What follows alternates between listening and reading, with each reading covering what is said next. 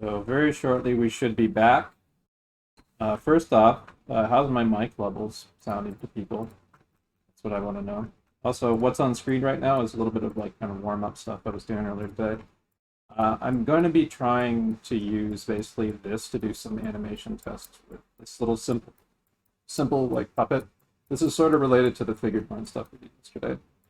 But anyway, I'll be doing some more of that later. But so for this thing right here, most fun way to do these kind of little lectures where I'm sharing knowledge and information is to doodle it out and to make notes.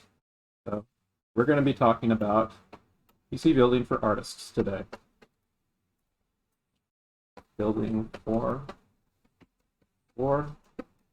artists.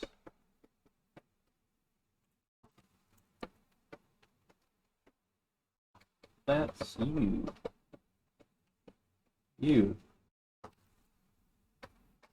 So PC building for artists. PC building is actually not really that complicated. You do have to do your, but you do have to do your homework. You have to know what you're buying and why.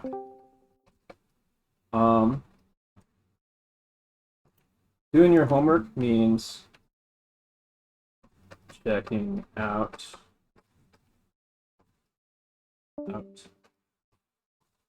tech sites and YouTubers, tech YouTubers that talk about build stuff. And don't be afraid to Google. Be afraid to Google a solution. Okay.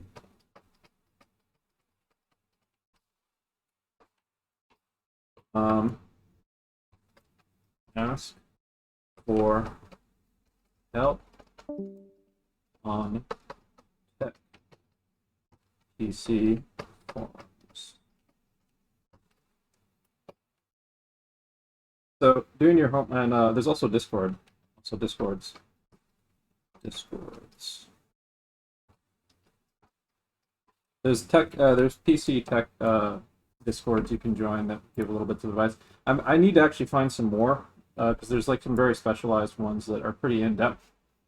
So like for example, like I'm only in like a few. There's like there's a build. Yeah, here we go. Suggest a PC. That one that I found that helped me with some of my build advice.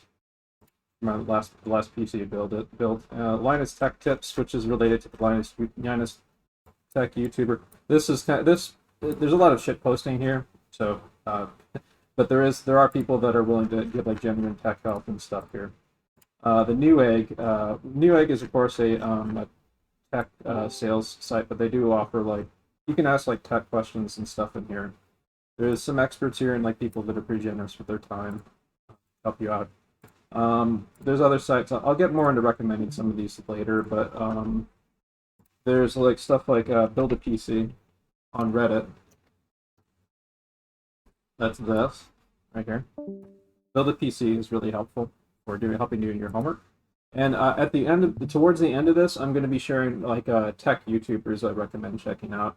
It's just that it would take a while to kind of derail things if I got really super detailed with that. But there's a lot of tech forums and stuff that you can consult for help on this stuff beyond what we're doing here today.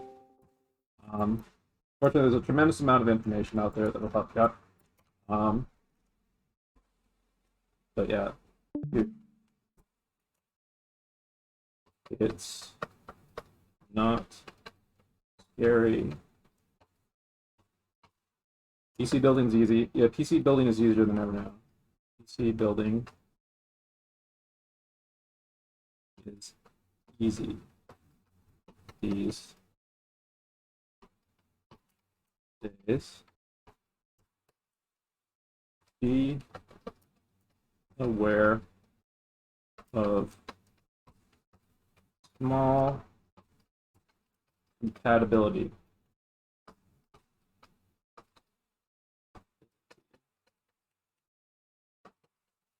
things So what I mean by that says like so first off, PC building is easy these days. It's like Legos, in some ways. Like the hardest thing to do when you're putting a PC together is installing the cooler on the CPU and installing the CPU. It's really not that hard to put a PC together if you follow the right steps. But you can consult PC building videos to help you with that. And I'll show you some of the steps today of how to do that. And we'll go over some PC builds.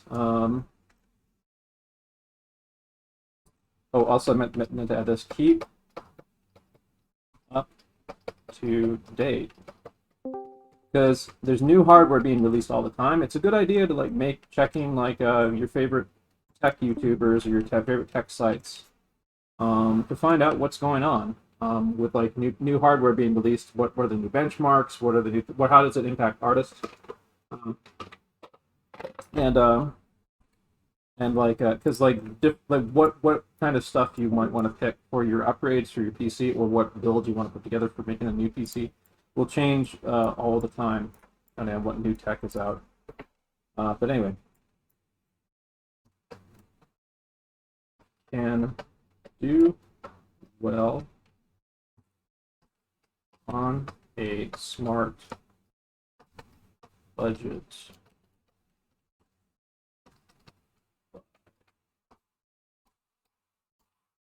So you can do well on a smart budget buy. Like there's a lot you can actually go fairly low spec, and I'll have some lower spec possible recommendations for people that are on tighter budget here. I actually want to make a low spec PC so I can test it out to see how well it works for artists. But you can go relatively lower spec and still get away. I would say like at least like a 4-core computer, a 4-core CPU for your system. But we'll get more into that later when I get into the specifics of builds and stuff. So those are the two main things. There's one third thing here, but we'll get back to that later. And now I think the best thing would be to jump into what's in a PC. In a PC.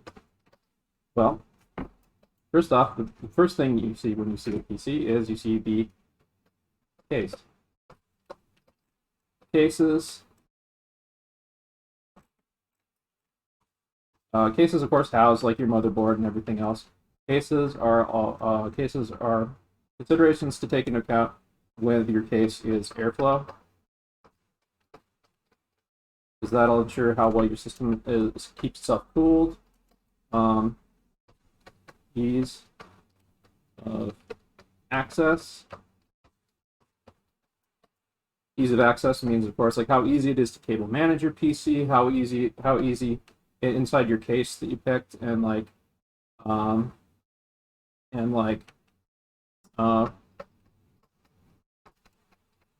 easy it is to swap out parts and stuff. Features, that would be like there's certain kinds of features that you get PC builds for. For example, if you're doing a water cooling build, you might want a PC that is built with water cooling in mind. If you're getting a like small form factor PC, you're gonna want to get like a really small case that and like that goes into the next thing, which is clearance.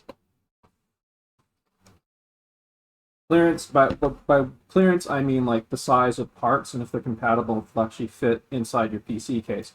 For example, here, let's see. Let's show show the case that I used real quick. C. So, so the case that I picked and the cooler I picked became like things I had to take into consideration when building. Here, this is not my PC, but this is like similar parts. I have the same cooler here, and actually even have the same heatsink covers. But I have the same case. I actually have the same front fans. I don't have the same top fans though, with the same RAM. And I'll talk about that a little bit. So this RAM, so like what's going on here is this cooler right here is a giant beefy boy. This is the Noctua DH15, which is a giant high-end CPU cooler. It costs about $100. I got the black one right here because the Noctua Noctua is an amazing fan brand. Definitely strongly recommended as a brand for both your case fans and for your CPU cooler. But one of the issues people have always had with it is like its default colors looks like 1970s government issue stuff. So Noctua has addressed this by releasing a line of CPU coolers called the Chromax, which includes this black fan and other little bits of pizzazz, like those CPU color covers that I used, and the heatsink covers. Otherwise, it looks like this. Those kind of rivets there. But anyway, so one of the things I had to keep in mind when I was building this is whether or not this PC had enough clearance for the giant beefy cooler, because there's a lot of PC cases that are not going to be able to fit that. That's like one of the things you have to take into consideration when you're thinking about clearance. There's other things like the clearance on the GPU. Thankfully, like I found out like my system can just like barely squeeze in a giant 3090 GPU. This giant beast of a thing right here. This is huge GPU. This is it fitting inside a different colored version of the same kind of case that I have. But yeah, the Meshify C, from Fractal Design right here. It's a really popular case, and it's an older model case, but I'll talk a little bit about like why I picked it. I picked it partly because of looks. I picked the white version specifically. But here, I don't think they have it listed on the site anymore. They actually released a new version called the Meshify 2, which is a much larger case. This guy right here. This one's much larger than mine. Mine is like a little bit smaller. It has a little bit more desk clearance space, which is good for me and stuff. But I mean, I would. But this case is like much pricier and has a lot more features to it and stuff. And but this case, like the Meshify C, was hugely popular because it has amazing airflow, and it's pretty compact and it's pretty affordable and stuff. But anyway, that's an example of like the kind of stuff you keep in mind when you're picking a PC case. So yeah, case. Second component you want to consider when building your system is your motherboard.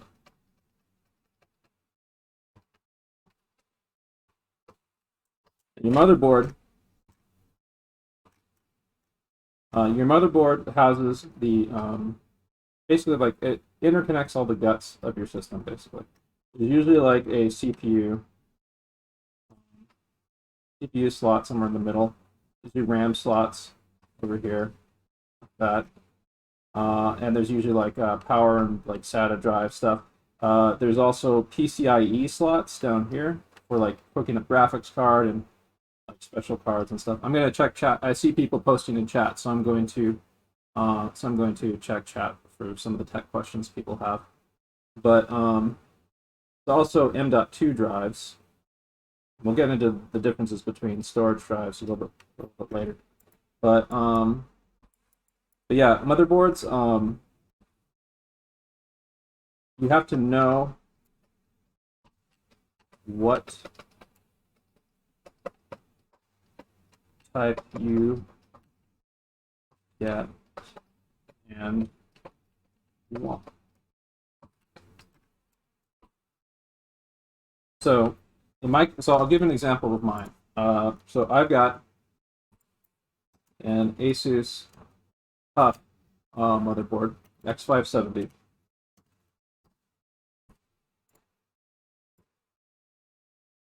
So this is my motherboard right here. I made the decision to get this one because X570 is the current gen of it's the latest gen of motherboards for the that supports the Ryzen the current gen of Ryzen CPUs.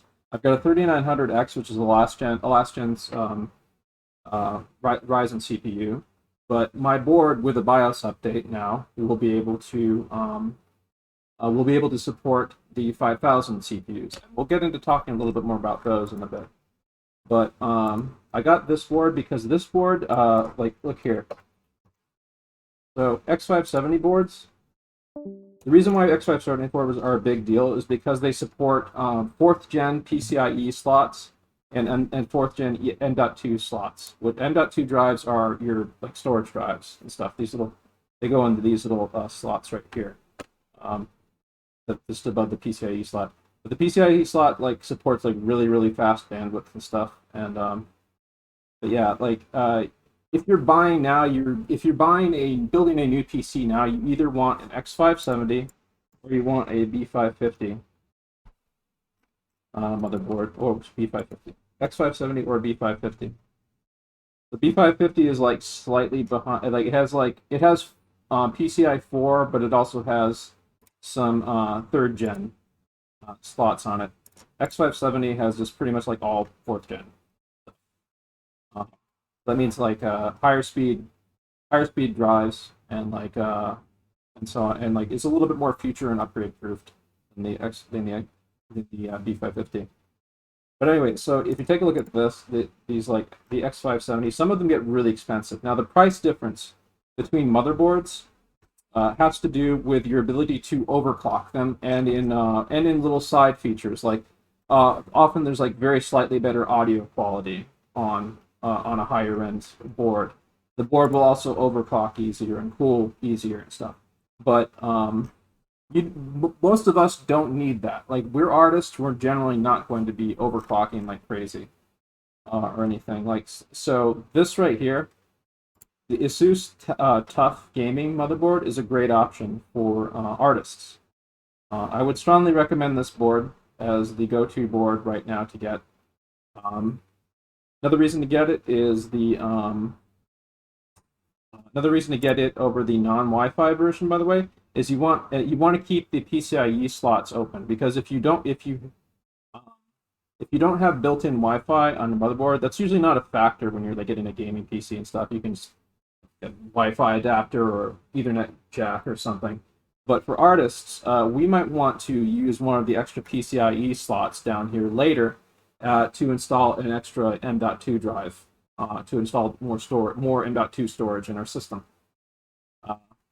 So it would be good to keep those slots free and open without a network or Bluetooth adapter.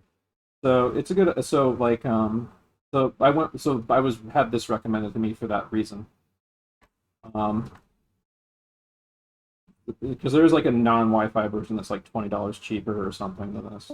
Yeah, this is the one that I mainly recommend for artists. But yeah, so we're actually not going to touch too much on Intel CPUs right now, because like I'm mainly familiar with Ryzen CPUs, so we'll maybe be focused on that. All right, so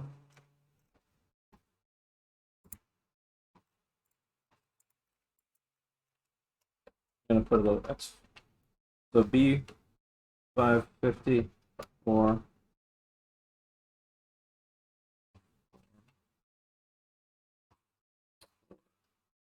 X570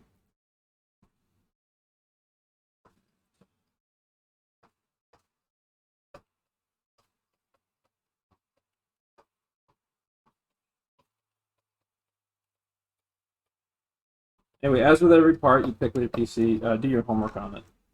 So component number 3, your CPU. So we're going to open up a site that I also recommend checking out called Puget Systems right here. So Puget Systems is a this one, if you don't want to build a computer yourself, you can get a custom built computer for your own needs. They are pretty pricey and they do come at a premium for what you're getting, but you get full customer support and stuff on them and stuff. So like if you are having trouble like trying to build a PC yourself, you can definitely go through these guys. But another thing you want to use Puget Systems for is to kind of refer to like what their hardware recommendations are for certain builds. So generally, like the Autodesk Maya and the Adobe Photoshop ones are the ones we're going to be looking at. We're going to be looking at the design and animation version of the system and the Photoshop recommendation. So up until recently, like these guys were recommending Intel CPUs, because Intel was the king of single threading for a little while. More recently, though, they are now recommending Ryzen 5800X as their baseline Photoshop and as the baseline Photoshop and my animation builds.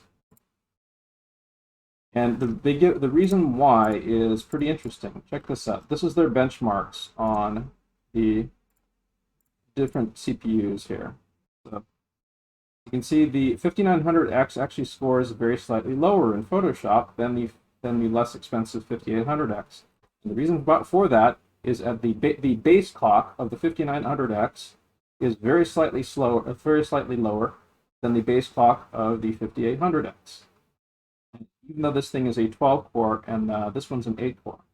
So those cores come into play into programs that use them. Photoshop does not use multi-core.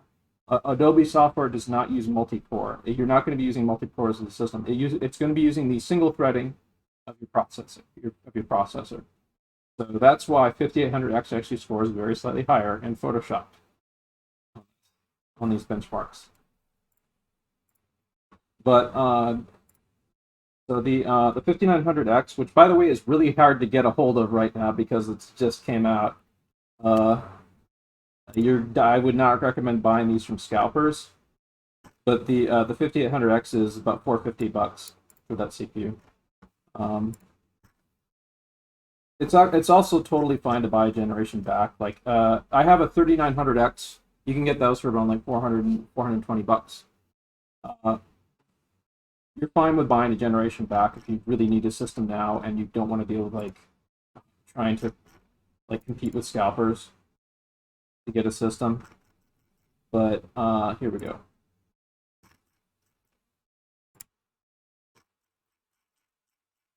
Yeah, here's a complete list of like the Ryzen processors and stuff. Like the 3000 series is the last generation and the 5000 series is the current gen. Again, what Puget System recommends for artists is the 5800X. If you can't get a hold of this, though, the 3900X is not the XT, but the 3900X is what I recommend you to get instead. It has more cores, which means it'll help you in software that takes advantage of that, but it also has a slower clock speed, a slower max boost clock speed. What that translates to is the 5800X like tends to perform a little bit better on certain things, especially games, than the 3900X. So the 3900X is a viable alternative. Anyway,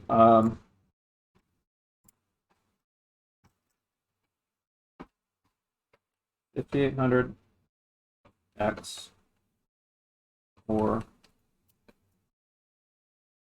3900X. Mind you, all this stuff is like subject to change in the future depending on what system what changes like it with what hardware gets released.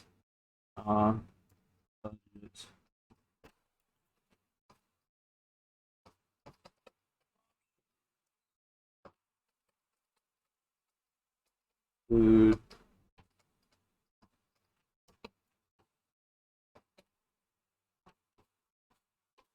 any 4-core or greater CPU. So what that means is like you can, if you're really trying to pinch pennies and stuff, and you're on a tight budget, like for digital artists, you can make do with a 4-core CPU. Like for example, I have a i7-4770, which is a older gen 4-core CPU. That's this guy right here. See, 4 cores. This guy is what I was using until I built my 3900X earlier this year, and it works just fine. If you want to, you can build a system with like a budget system with like the 3300, like the Ryzen 3300X, for example. Probably even like the 3100X would be okay too. But yeah, like you can potentially, and the other thing is that if depending on what motherboard you pick, you can always upgrade upgrade a better CPU later. I'm gonna check out some of the chat chat feed real quick. Let's see here. How much RAM for Photoshop is this? That is still not enough for my 12 gigabyte RAM. I recommend at least 32 gigabytes for Photoshop. If you can't get 32 gigabytes, then 16 gigabytes. We'll get more into that a bit here, though. But okay. So, for CPU cooler. So there's two main cooling solutions: air versus AIO. So air coolers is like the Noctua DH15. Air coolers tend to be better than AIOs. AIOs are closed-loop water cooling systems. So an example of air coolers, let's see here, like Noctua is a amazing brand that I strongly recommend. There's a lot of other CPU coolers out there too that are pretty darn worthwhile, but Noctua, let's see here.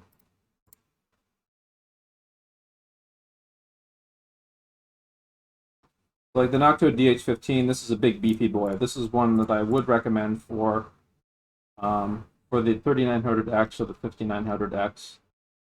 The reason why you want a good cooler is, well, by the way, AMD CPUs actually come with a decent cooler. So if you don't buy the cooler right away, you're not going to be horribly off. But you will get a significant increase in overall performance if you get a suitable cooler. Other reasons to swap out a cooler, even if the cooler isn't that much better than the AMD stock cooler, is for noise levels. Like if you want a really quiet CPU fan, for example. Yeah. So this big beefy boy right here, we're going to get into something regarding them when we talk about RAM. RAM clearance becomes an issue with CPU coolers. Oh yeah, mind RAM clearance. Mind RAM and part clearance. So AIOs are these things. Here, I'll show you a quick AIO.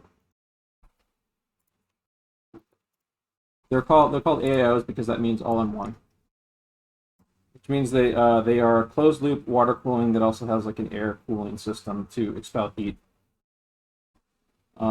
You'll see like typically ones that look like this kind of. The thing about AIOs, when you install them, you want to install them with the pipes kind of running up above wherever the CPU block is. So that means if you install them up here, you want to install them up here. You want to install them so that the lines go above it, so it maintains kind of like the proper sort of gravitational pull a little bit, so the loop doesn't get stopped up.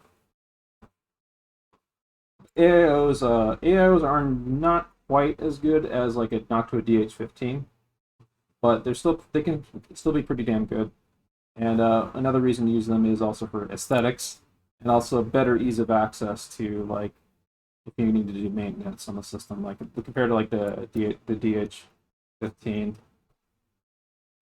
This big beefy boy. This guy is really hard to access stuff through. And for my system, let's see if you notice how that fan is oriented there. A lot of people will put the fan on the other side here because around here is where the RAM is, and we'll get into RAM very shortly.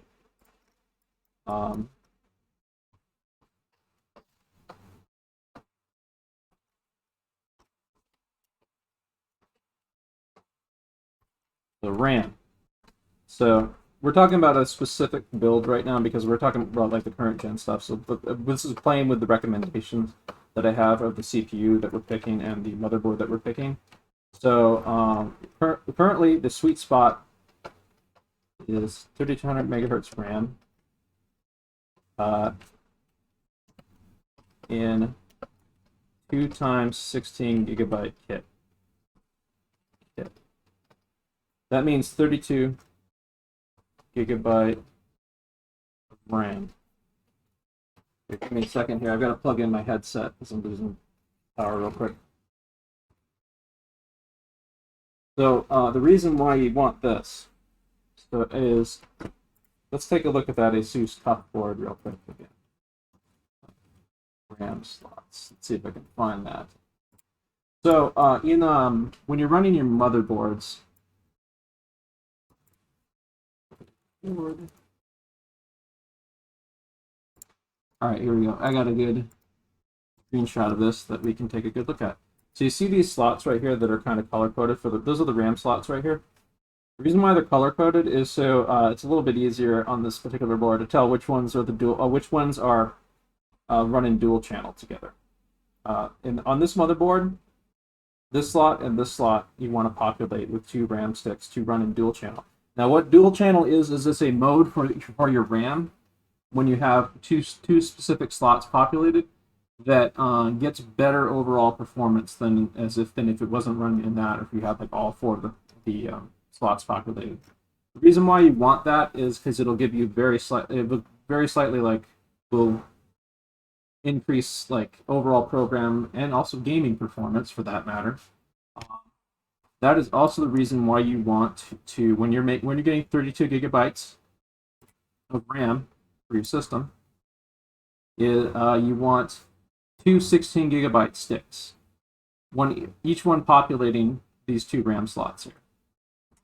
The reason why, so then you can run it in dual channel.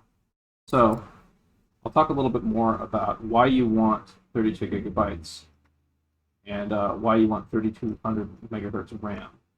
The reason why you want 32 gigabytes is because Photoshop and lots of other art programs and animation programs use a lot of system memory. 32 gigabytes is a good sweet spot for digital artists. Remember, the goal of building a digital art PC is you want to not wrestle with the system chugging when you're trying to work and like work on big files and stuff. You want it to be as smooth an experience as possible and not give you any hiccups. So the other reason, the other reason why you want, all right. So the reason why you want 3200 megahertz kits is because high-speed RAM works really, really well with AMD CPUs, the 3000 and 5000 series. And 3200 megahertz is a nice, stable, sweet spot for most people. You can also overclock that RAM if you want to get some more performance out of it. But this is a nice, stable, out-of-box sweet spot. If you are interested in getting more performance, though, the 3200 megahertz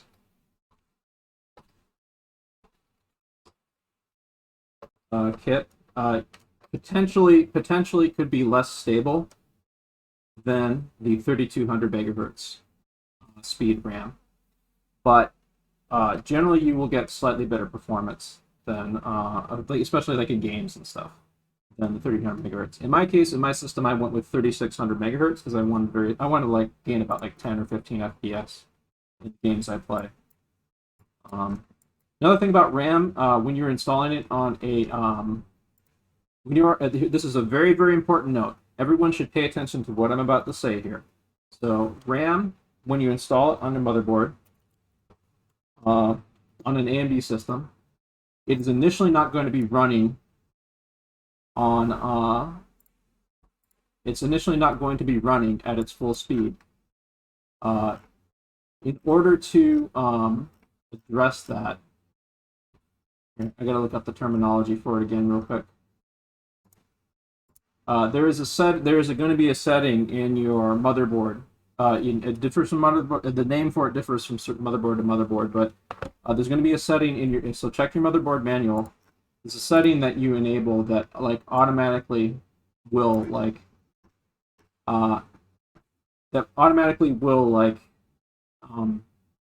access the RAM at the correct speed, basically. So check your motherboard manual when you're building a system, because otherwise you are going to like lose about 20 FPS in your games versus when you have your RAM running at the right speed when you install it. So that's just something to keep in mind. Yeah, if you're on a budget, try to aim for at least 16 gigabytes.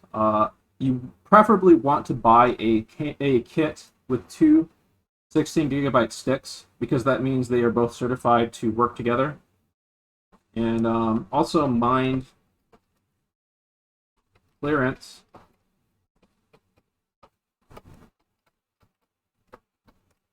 So we'll take a look at that system that I showed you. Or, let me see if I can find the one that I had. Here we go. Let's see, Meshify. See.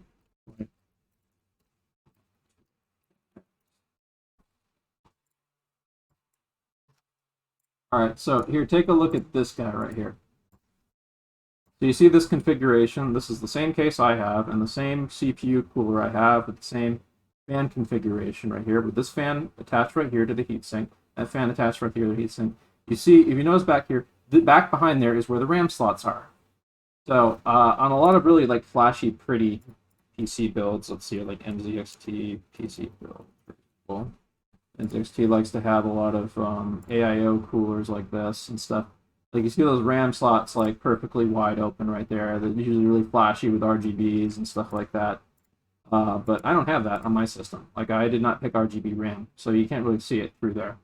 The other thing I had to take in consideration is I had to get low profile RAM. So that means if you're getting a Noctua DH15, if you want to have the fan right here, so it's not in a pull configuration versus a push-pull configuration. This is a push-pull right here, where it's blowing the air out this way through the cooler right here. You want to get low profile RAM. In my case, I went with the Corsair LPX RAM. That is this kit right here. And now this one has a lower profile to it, so it's not it makes clearance under the CPU fan in my system. I have two of those installed in my dual channel slots. All right, so next thing, storage.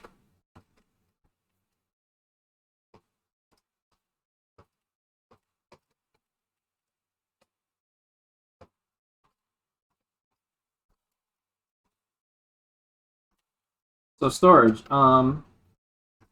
there's two main sources of storage that you got to be concerned with, and that is SSD and serial. So for us artists, like if you're just making a gaming PC, it might not be necessary to make like you can probably make do with a SATA SSD. There's SATA and M.2 SSDs. SATA is slower. SATA is kind of like these little bricks. Well, here, let me show you. SATA SSDs look like this.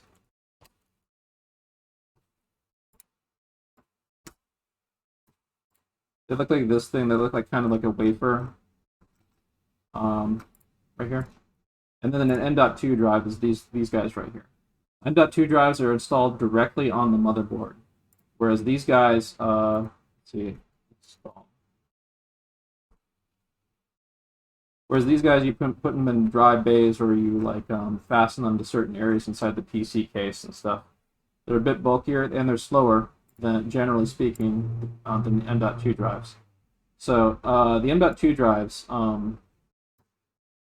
we'll say M.2 drives I do recommend for us because they are faster, which means faster file transfers with when you're like when you're copying and moving work around and stuff, or like when you're pulling stuff off of like a when you're like pulling stuff off of like a digital device or something like that.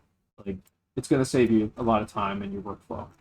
If you were just gaming, you don't have to be as concerned with that.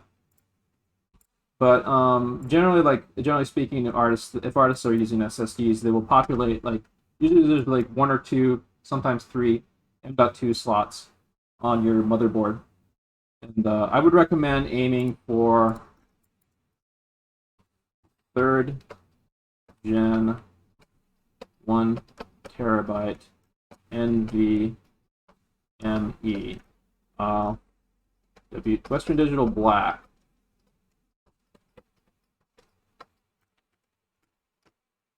So Western Digital Black. Right. This is the one that I recommend for most people, and that's the one that I have. So there is 4th gen but 4th gen doesn't have as much of a significant difference in performance yet. That may be changing in the near future to justify buying it. So this is the drive I recommend for most people here. 130 more bucks, 1 terabyte. You notice it exponentially increases the cost for 2 terabytes because they're packing exponentially more data into the thing. So you'd generally be well off with like 2 of these in your system, basically. You can probably even get a cheaper, slower M.2 SSD. But anyway, currently you don't have to be that concerned about 4th gen M.2 drives. This is a 3rd gen one. See, but in the near future, the 4th gen ones are supposed to become a big deal. So keep an eye out for that. For now, though, this one will do you just fine.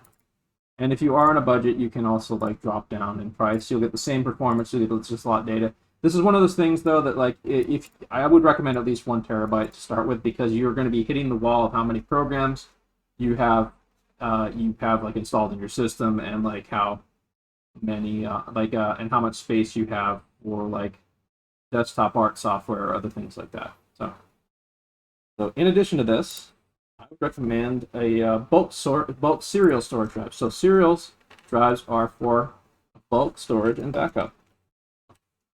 Bulk and backup. You can also install like Steam games and stuff that don't really depend on like severely huge load times. Like you can put like all your retro games on a serial drive. So a 7200 RPM or 5400 RPM. That's the speed of the drive, basically. Those are the two speeds I recommend. 7200 RPM is slower to start up into speed. That means like when the drive is not running, and you like access a file, it's going to take a few seconds to kind of spin up, and then it'll start working, and you can access your files and stuff. 5400 RPM takes less time to spin up, but its overall performance speed is slower. So the 7200 RPM is pretty good if you're like doing gaming off of it, for example. So in my case, I went with a 7200 RPM 6 terabyte hard drive. So I've got like plenty of space right on my system for I've got plenty of space on my system for just about anything I want to store and run off of it. I think this is the one that I went with. Let me actually bring up. I wanted to show earlier. PC Part Picker is a really handy tool. So bookmark this site, PC Part Picker, and there's you can also pick by different region in the world and stuff. What this is handy for is you can browse by products. And you can build a system. You can make a system build and stuff. Actually, I have a sample build that I had prepared here. This is very similar to the build that I made right here. Except it has a different RAM. This is the hard drive I recommend here. The Toshiba X300 6 terabyte 7200 RPM drive right here. This one is excellent for. Ooh, this one's a lot pricier than it used to be. I got it for like about 140 bucks. So keep an eye out for sometimes there's sales for these.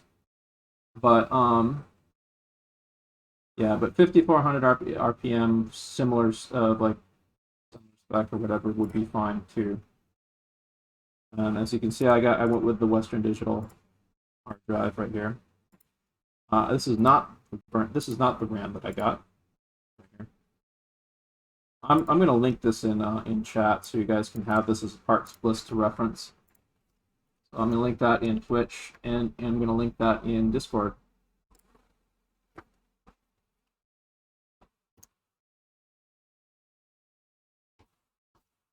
Right. So so this parts list right here, this is a sampler parts list. You can also swap out the CPU for the 5800X for this build. But the RAM is about the same. I picked white RAM because it goes with the Meshify C white case. You can also swap out the case. Like you do a little bit of homework. Like there's a few other cases and stuff that you should check YouTubers for like competent tech YouTubers for recommendations, like Gamers Nexus and stuff for suggestions on cases and so on. I've also got a few. I've got a few things too. Like one of the things about the Meshify C is it doesn't come with sufficient case fans, so I had to order these two 140 millimeter case fans that are installed in front of my system right now. And then this was a little aesthetic next part right there. The GPU in here is one that I already had, so I wouldn't necessarily recommend this. That is going to be the next thing we will cover. So GPU. So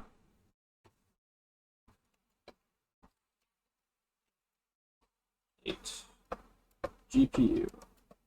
So GPU, fairly important, but the thing is, you can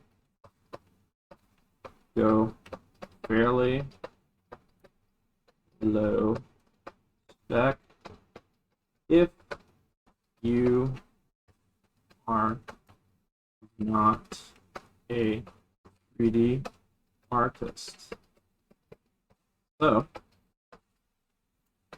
that means that you can buy like older gen GPUs. But if you want something that's like a little current and high end, the current ones right now are to go for are the 3070 and 3080. And I would lean towards the 3070 for most people here. The 3080, the 3070, the 3070 is about as strong as last generation's 2080 Ti, which the last generation was the top of the line gaming GPU. So the reason why you can go fairly low spec if you're not a 3D artist on your GPU is you're less dependent on it. You're more dependent on your system RAM. You're more dependent on your CPU for like Photoshop and stuff, or most animation software that isn't 3D, Toon Boom Harmony and so on. So some of the budget recommendations I have is like RX 580, 5700 XT, 1660 Super,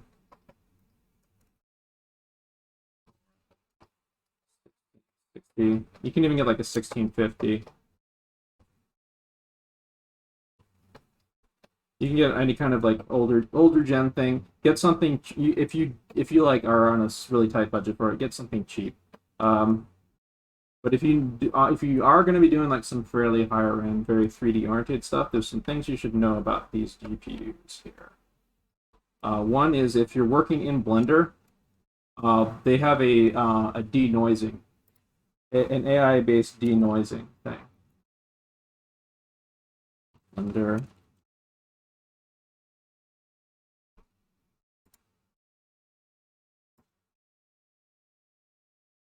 So in Blender manual, there's a what that means is like if you are working on like a 3D scene and stuff, Normally when you like move the camera around or reposition things, everything gets like this kind of noisy effect and stuff. But with the denoise, you can move the camera around.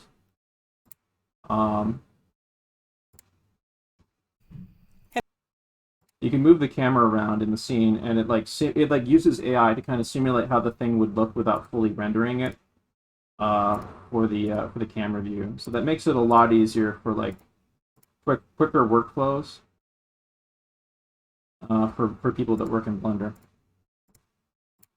What you're seeing right now. I think the 20 series GPUs also do this too, but these ones are a lot more. But the 3070 and the 3080 are really adept at it. I would say the 3090 is also on the table if you do super high and 3D.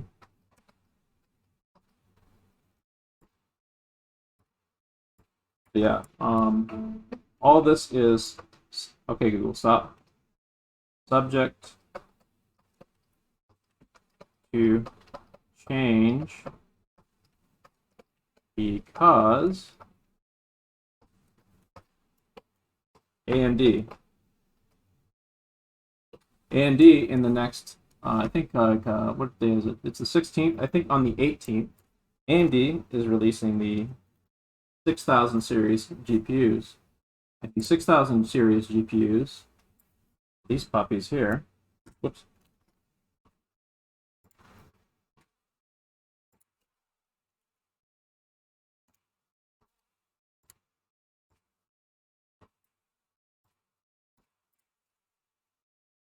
These puppies here, and they are supposed to be really good for content creators. And they also have like a lot of the same features that with AI and RTX and stuff that the NVIDIA GPUs have. So these are coming out in the next 2 days. So the game is about to change a little bit for GPUs. Like NVIDIA mostly dominated like the high-end market for a while, and now we're about to see a shakeup. So the last thing that I'm going to talk about is actually a very important part. It's the power supply.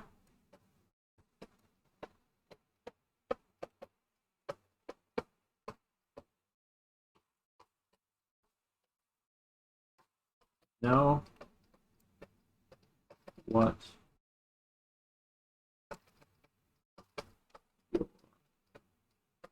power draw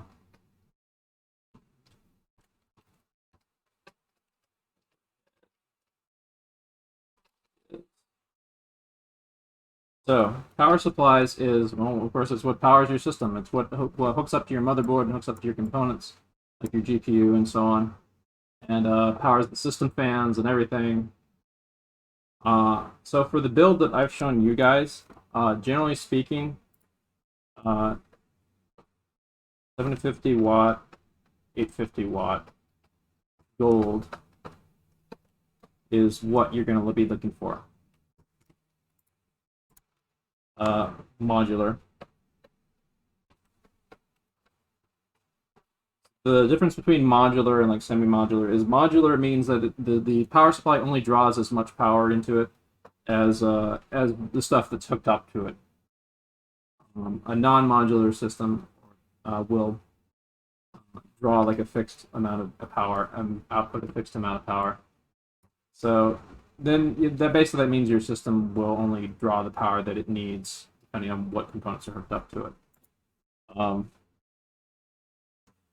So for the systems that I've given, like the 3900X and the 5000 series and stuff, I would recommend the 750 watt and the 850 watt gold power supply because it gives you plenty of overhead room in case you're like putting in much higher end components in the future. Power supply.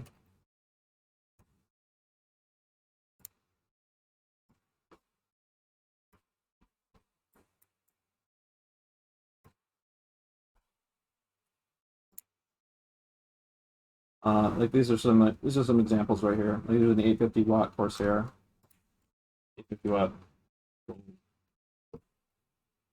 Here. I got a thermal tape power supply in mine. As you can see right here, this is like the different slots that you like hook into the power to different sections of the motherboard, like the CPU and so on, and the SATA drives and like individual hard drives are going to be powered individually if they're not an M.2 drive, for example. But if you have a lower spec system, like a lot of gaming systems, for example, or budget systems for artists might be like 450 watt, or something like that. So anyway, now that we've covered all that, I'm going to do a quick kind of demonstration using a tool that will help you visualize a little bit of what you're supposed to be doing when you build a PC. There's a thing called a game that's on Steam called PC Building Simulator. So we're going to be building a quick mock-up build that's going to be very similar to the build that I currently own. Just as an example, and I can walk you through a little bit, like some of the steps that are involved with making a PC. There's some stuff there's some stuff that's going to be skipped out on because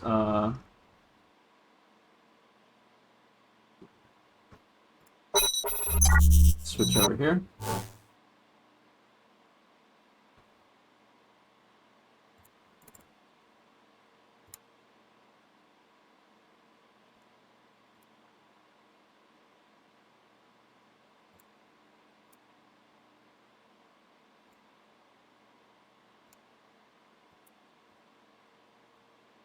I gotta adjust some windows real quick so I can run this. All right, there we go. So here's PC Building Simulator. Get the chat box up here. So this is pretty handy for kind of visualizing how to build PC build stuff. They're a little bit behind the curve right now because they just haven't put the 5000 series CPUs in, but they have the 3000 series. So let's walk through the steps real quick. You actually have the same case I have, which is this right here. Meshify C. So the first thing when you do when you get the case is you should remove the components that you're going to be the stuff that you're going to install stuff on. In this case, for example, this case comes with a rear fan and a front fan. That front fan is not going to have enough power for what I want to do with this system, so I'm going to remove it.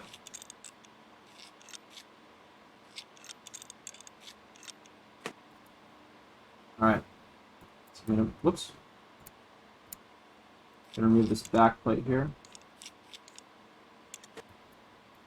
And then this is the power supply mount. And we're going to remove 2 of these PCIe slots so we can install the GPU later. And then a couple notes real quick about this case. There are some SSD slots for SATA SSDs back here. You can also, not in this, but you can actually install an SSD by screwing it into these little into some brackets right here. So, with this panel too. Here is the hard drive bay. This can actually be removed if you want an extra case fan here. My system, I have the hard drive bay in here because I want the extra storage in the system. Yeah, here's basically I got a PC ready to have stuff installed in it. Let's get started. I'm going to pick a X570 board. I'm going to pick one that's kind of similar to the Asus TUF one that I have, which would be this one right here.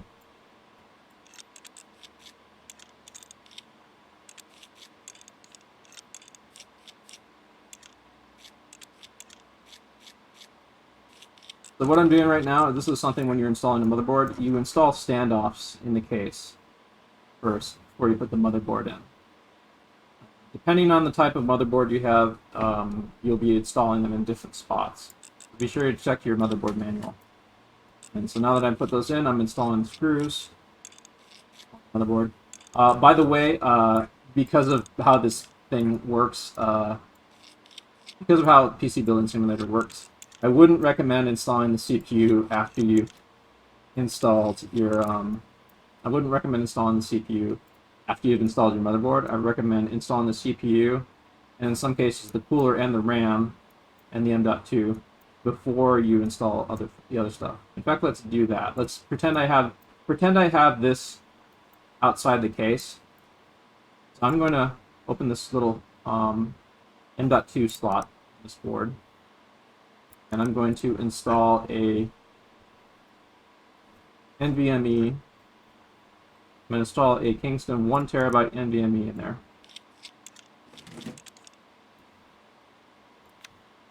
And I'm going to put this thing on top of it is actually a heat sink for that.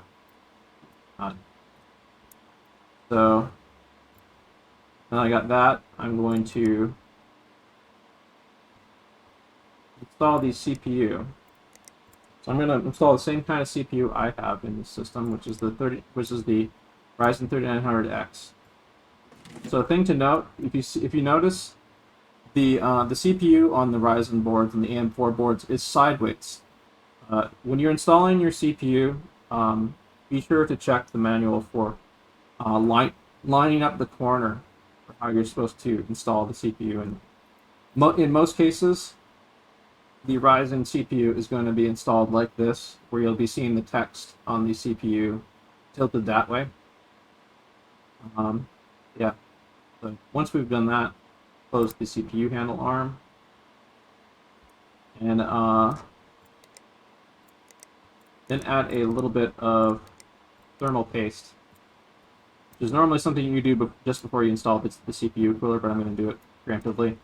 So the thermal paste, PC builders will tell you you should put about like half a pea size in there in the center of the CPU, and then when you put the heat spreader down, to the CPU cooler, it'll spread it out.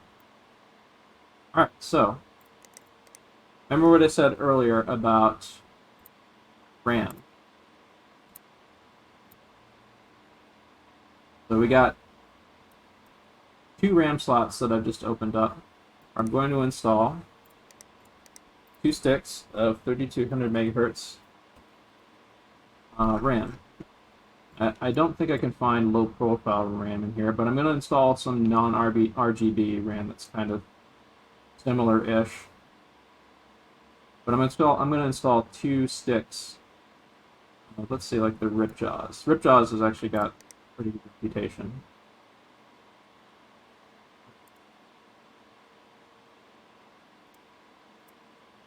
Both of these are open. That in there. So both these are installed in here on those 2 appropriate slots, so it should run in dual channel.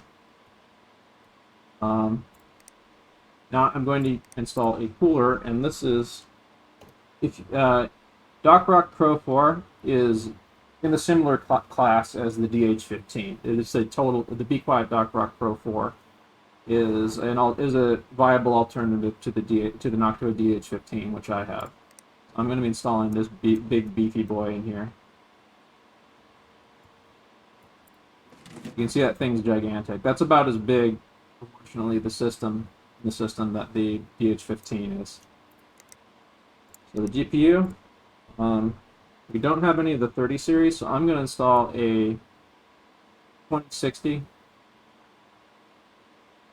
That would probably 2060. I would actually say would be, if you can get it for a good price, would be a good GPU until you can get like a 30 series or something when the supply chain kind of catches up with things right now.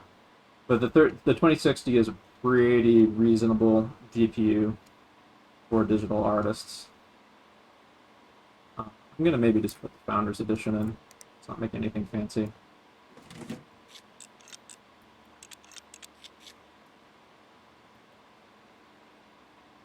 Yeah, looking pretty good. Now all we've got to do is the power supply and the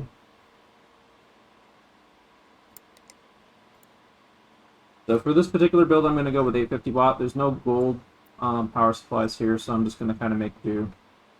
But we're going to go with a 850 watt modular power supply installed down here. And then there's no 6 terabyte hard drives, but I'm going to go with a 4 terabyte Barracuda SSD here. Substitute for this program. Close the drive bay, close the drive bay. And now we got to hook up the cables. So cable management is the thing that you're going to want to do some homework on. But basically, like, see those like little slots back there? There's also like there's also like some Velcro twist ties that come with Meshify C that let you thread the cabling up to the back. You want to be very careful with your cable management so stuff doesn't get tangled and so you can easily access things. You can keep stuff out of the way of fans and so on. So do your homework on cable management for your system. So one of the most important things to hook up to your system is the motherboard to the power supply, right there, with that little kind of sleeve cable that's running down there to the power supply.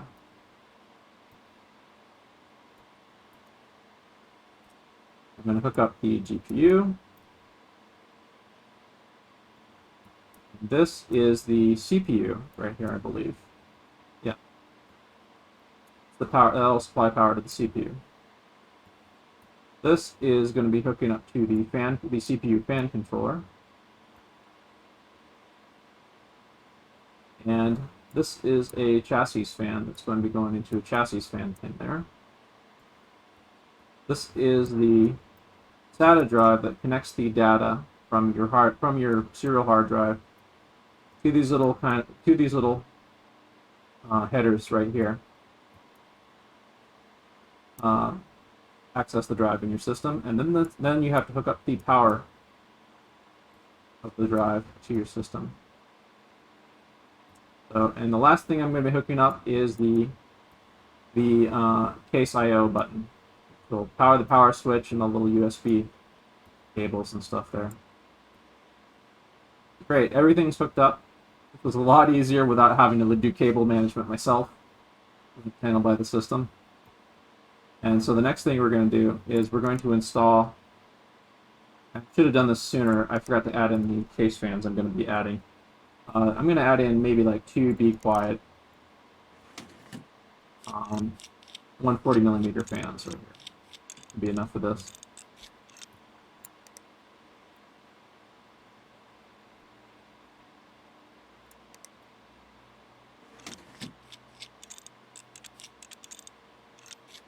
That'll give me the airflow I need for this system. So then I gotta hook up the fans like here, daisy chain them together a little bit. There. Alright, cool. So the system is basically hooked up. So we'll just get the parts that we need back up, like the power supply mount.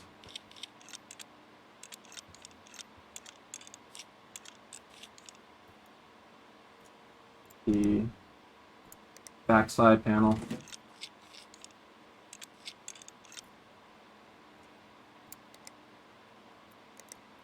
Top dust filter. Front dust filter.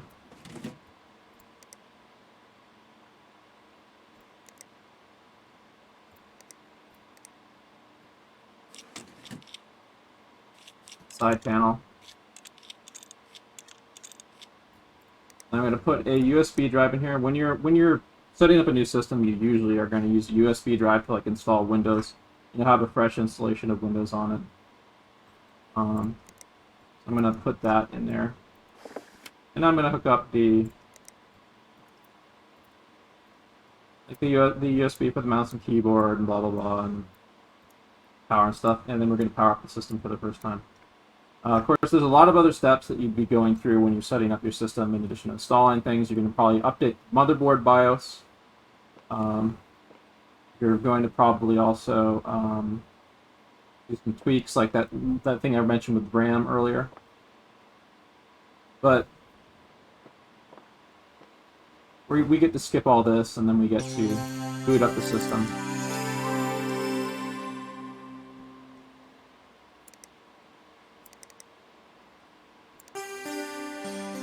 Yeah, I mean, this is functionally the same kind of computer that I have right now. Different GPU though, and different CPU cooler.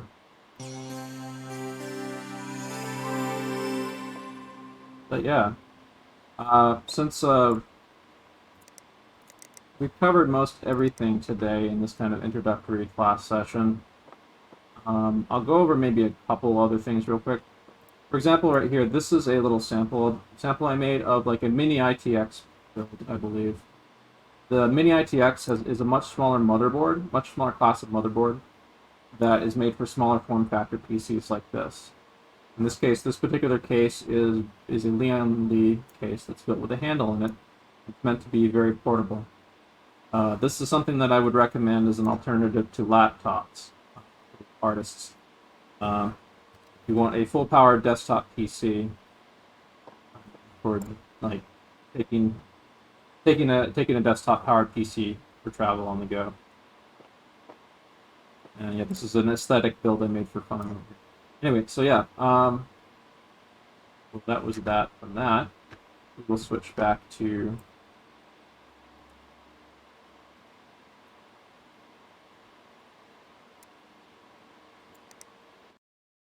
exit, and I will wrap things up with a little quick review of what we covered, and also share some resources that I recommend checking out.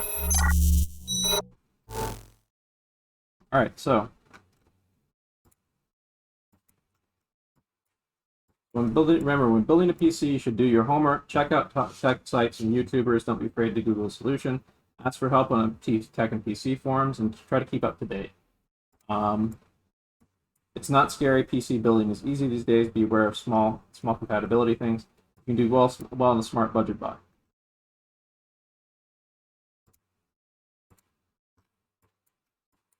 What's in a PC? What's in a PC is your case, your motherboard, your CPU cooler, your RAM, your storage, your GPU, and your power supply.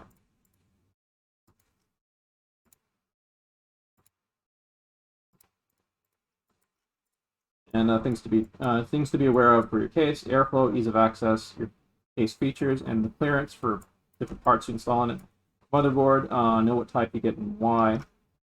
B550 and X570 are the current recommendations I give for the class of motherboard you want.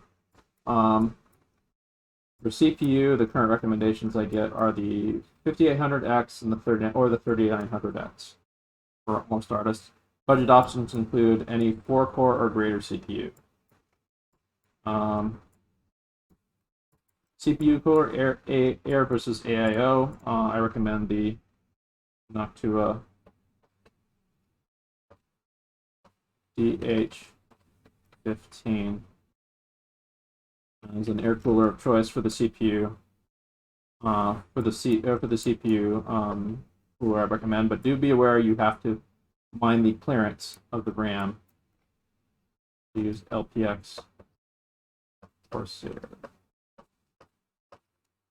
RAM.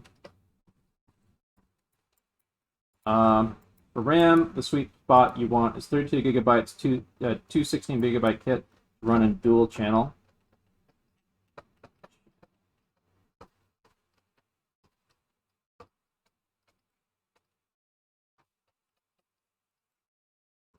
Thirty-two hundred megahertz, or 3600 megahertz if you want a slight boost in out-of-box performance with games and a few other software. But 3200 megahertz is for the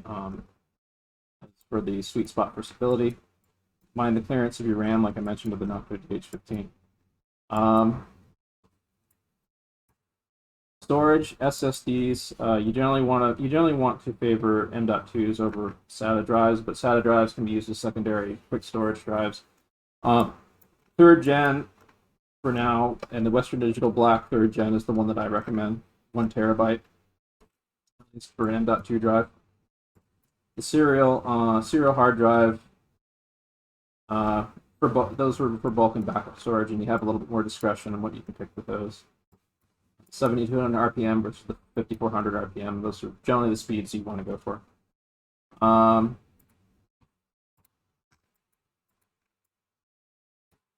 GPU, you can go fairly low spec if you're not a 3D artist. I would say that the 2060 baseline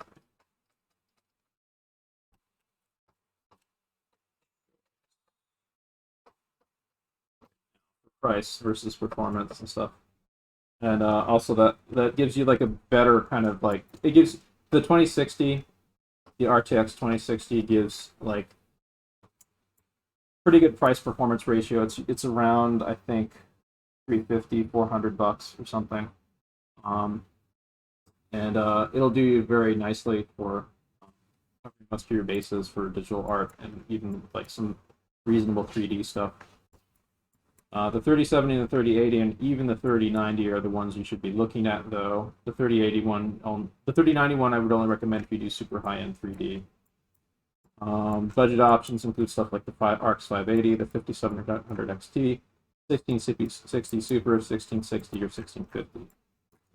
And everything's subject to change because AMD 6000 series soon. So prices are bound to be in flux. Power supply, I recommend generally 750 watt, 850 watt gold modular power supplies for the build that I've shown you guys. But you generally want to know what your power draw overhead is, so you can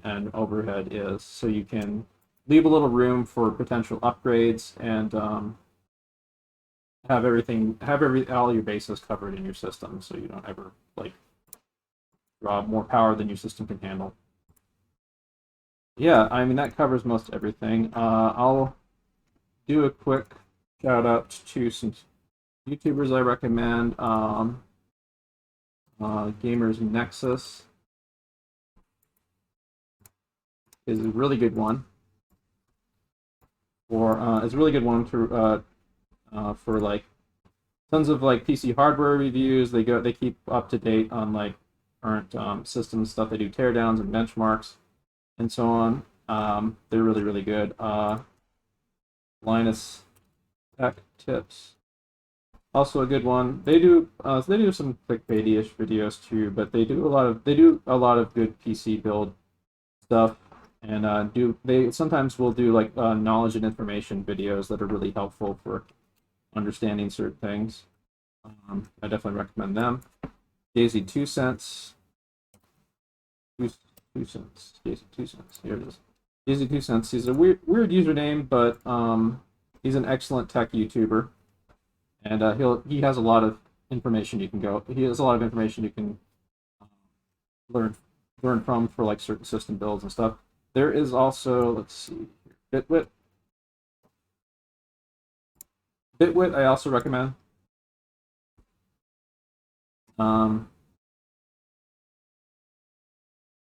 There's another guy here. This is a different tech YouTuber that he's talking to in that video right there.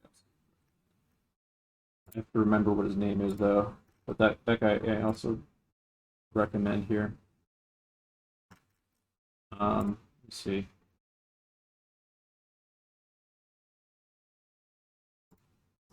This is part of the Linus Tech Tips channels. Short Circuit, which is a tech news section. I actually need to subscribe to them. Short Circuit is also one I recommend because they go over more hardware specific things. And let's see here.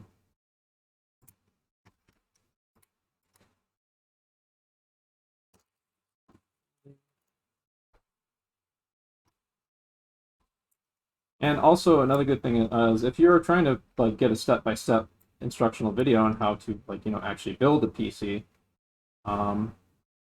Bitwit, Linus Tech Tips, and Paul's Hardware. Paul's Hardware is the other one that I recommend right here. He's pretty fantastic too. But Paul's Hardware has like PC building guides. Austin Evans is also another good one. Right here.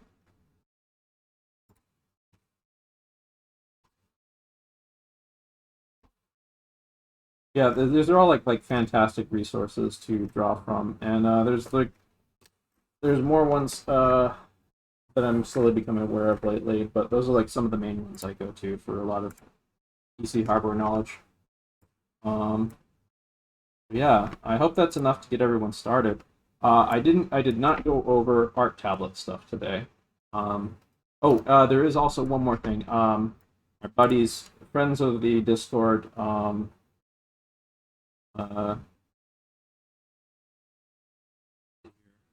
building artist, building a digital artist PC and budget PC for digital art. Some of the information on this is slightly out of date, but this is a BAM Animation did a video collab where they actually collabed with this guy right here, who's from Linus Tech Tip. But yeah, you see, he gave the same recommendation I gave. You want at least 4 to 6 cores for like a budget build and CPU and stuff. But this one, I'm going to link this video in chat because this is a handy little starting point for a lot of digital artists to refer to. They go over some other things about like even how to set up your workspace and stuff in this video, and it's really handy and helpful. I do recommend checking out that video out later on. Yeah, this has been an experimental, like, kind of not focused on art class. This has been a focused on tech class. And I think I want to do potentially more stuff kind of like this in the future, provided it's like interesting information that people want to learn. I might go more in depth on some other things in the future, either related to PC building stuff or particular pieces of software. Like, for example, I'm kind of learning Blender right now, so I want to maybe like kind of do like a Let's Study series where we're studying like how to use Blender together. We're kind of learning together, and I'll like regurgitate stuff I'm learning with the other people here. So I hope that helped.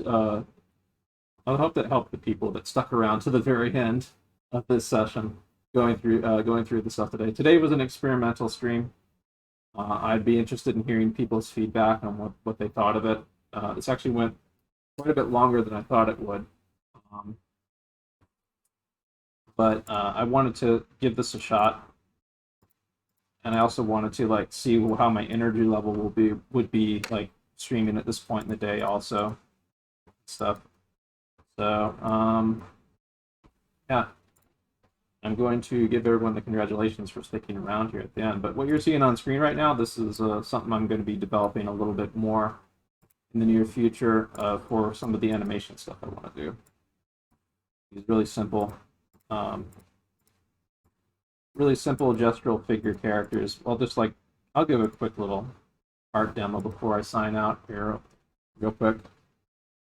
So this is not that dissimilar to the Glenn Bilpu stuff we did yesterday in the figure drawing time pose session. But like the advantage of like drawing like this, drawing your animated characters when you start animated scenes or like are trying to work out posing and stuff like this is you don't have to worry at all about like anatomical detail or accuracy and stuff. Like you just are getting like the basic baseline gesture of the pose down as quickly as possible.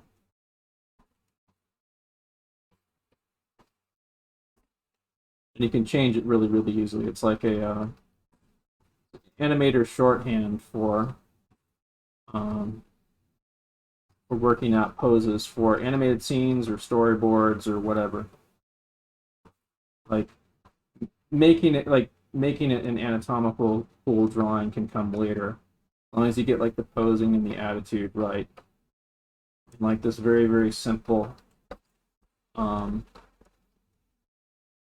very simple figure.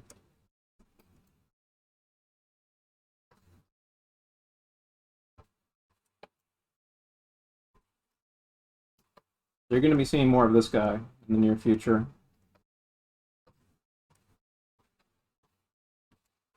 And I'll be wrapping up very shortly. I'm just going to kind of groove a little bit with this dude.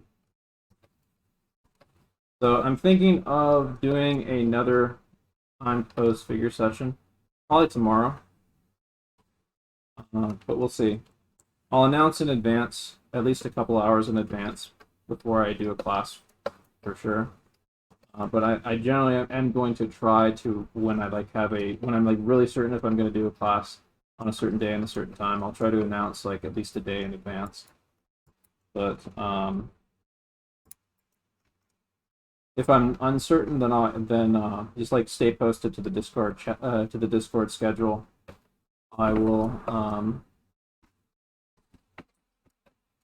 be sure to notify at least 2 hours in advance before I do another class. Anyway, hope people found today's little session helpful. Hope it wasn't too overly long and boring. We did have like quite a few people show up initially, and then like we kind of had a drop off, and now we're down to just 7 viewers. It's no big deal. This is an experimental stream. I wanted to see how it would go. And I'll try to. I'm going to be like continually kind of evolving how I do my streams, trying different things over the next several days. We'll probably do like little mini streams similar to this, more to go over some stuff. I might try to do a chill and draw stream or a Jackbox stream or something too. But anyway, I'm going to wrap this up and let you guys all go. More than likely, our next class session will be focused on utilizing this dude. So, based on what you're seeing me do here, with this very simple character with kind of a dome head and sort of a bendy wafer body, bendy wire arms and legs. If you want to get a head start on practicing this dude, get ahead of everyone else because you were the good little boys and girls that stuck around to the end of this. You can get started on practicing this dude on your own for next Wednesday. So without further ado, I will let you guys go. Congratulations for sticking around to the end. My boring ass art tech thing.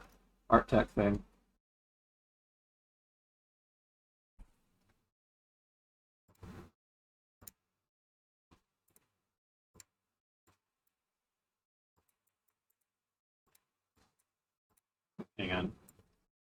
Here we go. Congratulations! Congratulations! Congratulations! Congratulations! Congratulations! Congratulations! Congratulations! Congratulations! Congratulations! Congratulations!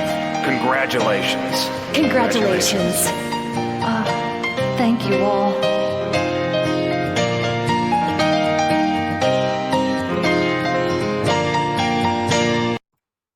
Oh, also, I'll be uploading this to YouTube, so check my YouTube link down below. This stream will be archived on my YouTube, so if you want to refer back to the information I put in it, then you can do that. Anyway, goodbye.